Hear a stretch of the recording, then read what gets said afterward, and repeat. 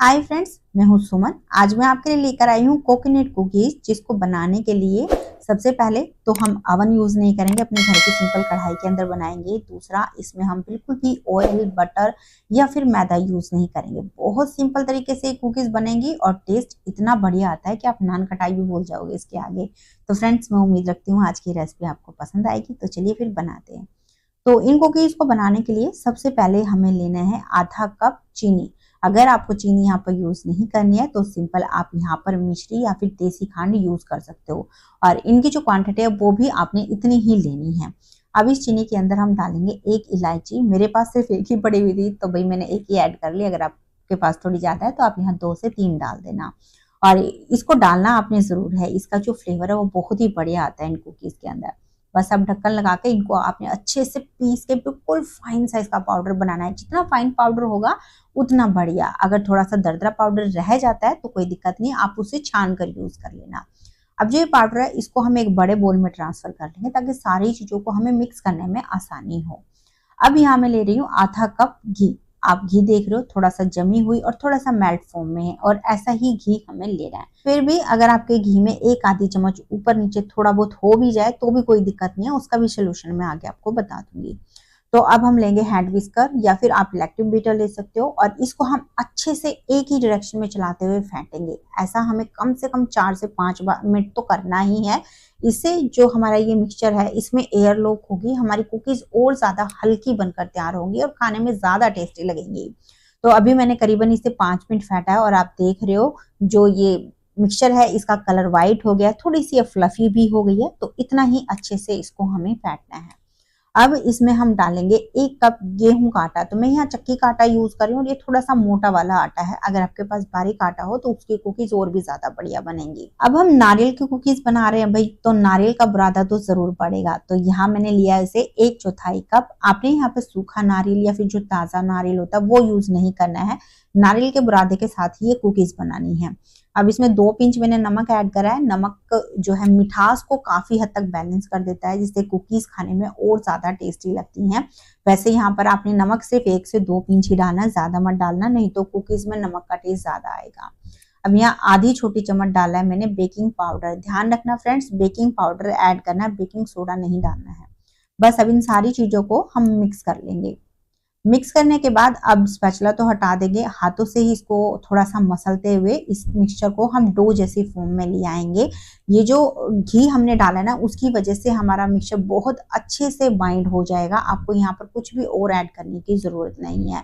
वैसे तो जो मेजरमेंट हम ले रहे हैं बिल्कुल परफेक्ट आपका डो बनेगा। फिर भी अगर 1% नहीं बने तो आप यहाँ पर थोड़ा सा घी या फिर दूध की क्वांटिटी ऐड करके मिक्सचर को डो जैसी फॉर्म में ले आए।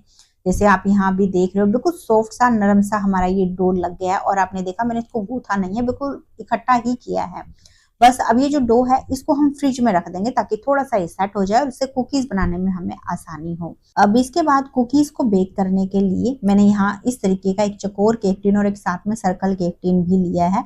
आप इसकी जगह कोई भी एक प्लेट, थाली या फिर एल्यूमिनियम या स्टील की जो ट्रे होती है उनमें भी इन कुकीज को बेक कर सकते हैं। बस आपने यहाँ पर ध्यान रखना है जो भी बर्तन आप ले रहे हो उसके अंदर आपकी जो भी थाली, प्लेट या ट्रे जो भी आप ले रहे हो वो आराम से सेट हो जानी चाहिए।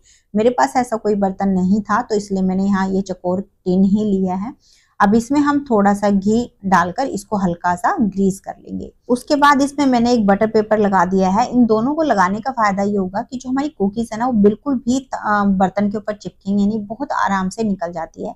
वैसे बटर पेपर लगाना ऑप्शनल है, आप सिर्फ घी लगाओगे ना तब भी जो आपकी कुकीज हैं वो आराम से टिन में से निकल जाती हैं। तो बस हमारी सारी तैयारी हो गई है, इसको हम साइड में रखते हैं। अब जो आटा हमने रखा है ये हल्का सा टाइट हो गया, बहुत ज्यादा नहीं हुआ, हल्का सा हुआ है क्योंकि मैंने 5-7 मिनट ही इसको रखा था। तो अब हम इस तरीके से एक मेजरिंग स्पून या कोई भी आप एक स्पून ले लेना और उससे हम ये मिक्सचर उठाएंगे। इससे हमारी जो कुकीज है वो सारी एक जैसी बनेंगी। वैसे ये जरूरी नहीं है, आप सिंपल हाथ से भी थोड़ा थोड़ा पोर्शन लेके इसकी जो कुकीज है वो बना सकते हो। तो आपने इस तरीके से पहले एक गोल सी बोल बनानी है और उसको फिर हल्का सा फ्लैट करना है, ज्यादा फ्लैट नहीं करना है क्योंकि जब इसको हम बेक करेंगे ना तो ये वैसे भी फ्लैट हो जाती है। इस तरीके से आपने बिल्कुल हल्के से इसको फ्लैट करना है। अब आप चाहो तो इन कुकीज को ऐसे ही बेक कर सकते हो, पर हम नारियल के कुकीज बना रहे हैं इसलिए इसको थोड़ा सा नारियल के बुरादे में हम कोट कर लेंगे। इससे कुकीज खाने में और ज्यादा टेस्टी लगेंगे। तो यहाँ पर जो कुकीज का साइज है वो आप अपनी पसंद के हिसाब से रख सकते हो। मैंने यहाँ पर थोड़े से मीडियम और थोड़े छोटे साइज की कुकीज जो है ये बनाई है। अब इन कुकीज को आप अपने ग्रीस के हुए बर्तन में इस तरीके से रखते जाएं। थोड़ा सा गैप में आपने रखना है, क्योंकि जब हम कुकीज को बेक करेंगे ना तो ये हल्की सी फूलती भी है और थोड़ी सी फ्लैट भी हो जाती हैं। तो मैंने यहाँ 2 टिन में इनको ट्रांसफर कर लिया और थोड़ा सा डो बच गया है, तो इस डो को मैं फ्रिज में रख दूंगी और बाद में मैं इसको बेक कर लूंगी। अगर आपके पास बड़ी कोई थाली है तो ये सारे जो डो की कुकीज है एक ही थाली में या फिर ट्रे में आ जाती हैं। अब इसके बाद जैसे मैंने आपको बताया कि इन्हें हमें बेक करना है, तो उसके लिए मैंने करीबन 10 मिनट पहले ही जो कढ़ाई है उसको प्री हीट कर लिया था। अभी अच्छे से ये गर्म हो गई है, तो आपने भी इसी तरीके से कढ़ाई को पहले ही 10 मिनट पहले ही रख देना है धीमी आंच पे, ताकि वो अच्छे से गर्म हो जाए। अब इस कढ़ाई के अंदर मैंने थोड़ा सा नमक भी ऐड किया है ताकि कढ़ाई नीचे से जले नहीं। वैसे ऑप्शनल भी है, आप चाहो तो इसे स्किप भी कर सकते हो। उसके बाद हमें कोई भी इस तरीके की प्लेट, कोई कटोरी या फिर कोई कुकी कटर रख देना है, ताकि जो हमारी ये ट्रे है उसको हल्की सी हाइट मिल जाए और कुकीज नीचे से ज्यादा जले नहीं। बस अब अपना जो ये बर्तन है इसके अंदर रखेंगे और उसके बाद इसको हम ढक कर धीमी आंच पे कम से कम 20 से 25 मिनट के लिए बेक कर लेंगे। 20 मिनट आपने बिल्कुल भी इसको खोलकर चेक नहीं करना है। तो अभी मैंने इसको 25 मिनट बेक किया है। आपको देखने से अंदाजा लग रहा होगा कि जो कुकीज है वो बेक हो गई हैं, क्योंकि इनके जो किनारे है वो हल्के हल्के से ब्राउन हो गया। अगर आप इसको टच करोगे तो आपको नहीं अंदाजा होगा, क्योंकि कुकीज काफी नरम होती है। आप इसकी जो नीचे वाली साइड है उसको चेक करना, जो नीचे वाली साइड है उस पर हल्का हल्का ब्राउन स्पॉट होनी चाहिए। जैसे आप यहाँ देख रहे हो नीचे से ब्राउन हो गई है, बस इसका मतलब जो हमारी कुकीज है वो अच्छे से यहाँ पे बेक हो गई है। तो इनको हम निकाल लेंगे। निकालने के बाद इन कुकीज को आपने इस तरीके से एक जाली या फिर रैक पे रख देना है, ताकि ये जल्दी से ठंडी हो जाए। बर्तन के अंदर नहीं रहने देना है, कई बार जो कुकीज है वो नीचे से ज्यादा सोगी सोगी सी हो जाती हैं। तो एक बार सारी जो कुकीज हम इसी तरीके से बेक करके जाली के ऊपर रखते जाएंगे। उसके बाद आपने इसी तरीके से जाली पर ही कम से कम 20 से 25 मिनट इनको रहने देना है, ताकि जो कुकीज है वो अच्छे से ठंडी हो जाएं। क्योंकि जब ये ठंडी होंगी ना तो ये और भी ज्यादा खस्ता होती जाएंगी। तो बस ये हमारी कोकोनट कुकीज बिल्कुल तैयार हो गई है। आप देख ही रहो कितनी बढ़िया कुकीज बेक हुई हैं, और वो भी कढ़ाई के अंदर। इसका जो टेक्सचर है मैं आपको यहाँ दिखा ही रही हूँ। मेरे तोड़ने से भी आपको अंदाजा लग गया होगा कि जो हमारी कुकीज हैं वो कितनी ज्यादा खस्ता बनी है। टेस्टी तो इतनी बनी है कि मुंह में जाते ही घुल रही थी। बिल्कुल नान खटाई जैसा टेस्ट आता है इनका। तो एक बार आप इसे जरूर बनाना भाई, और बनाने के बाद फिर बताना कैसी लगी आपको।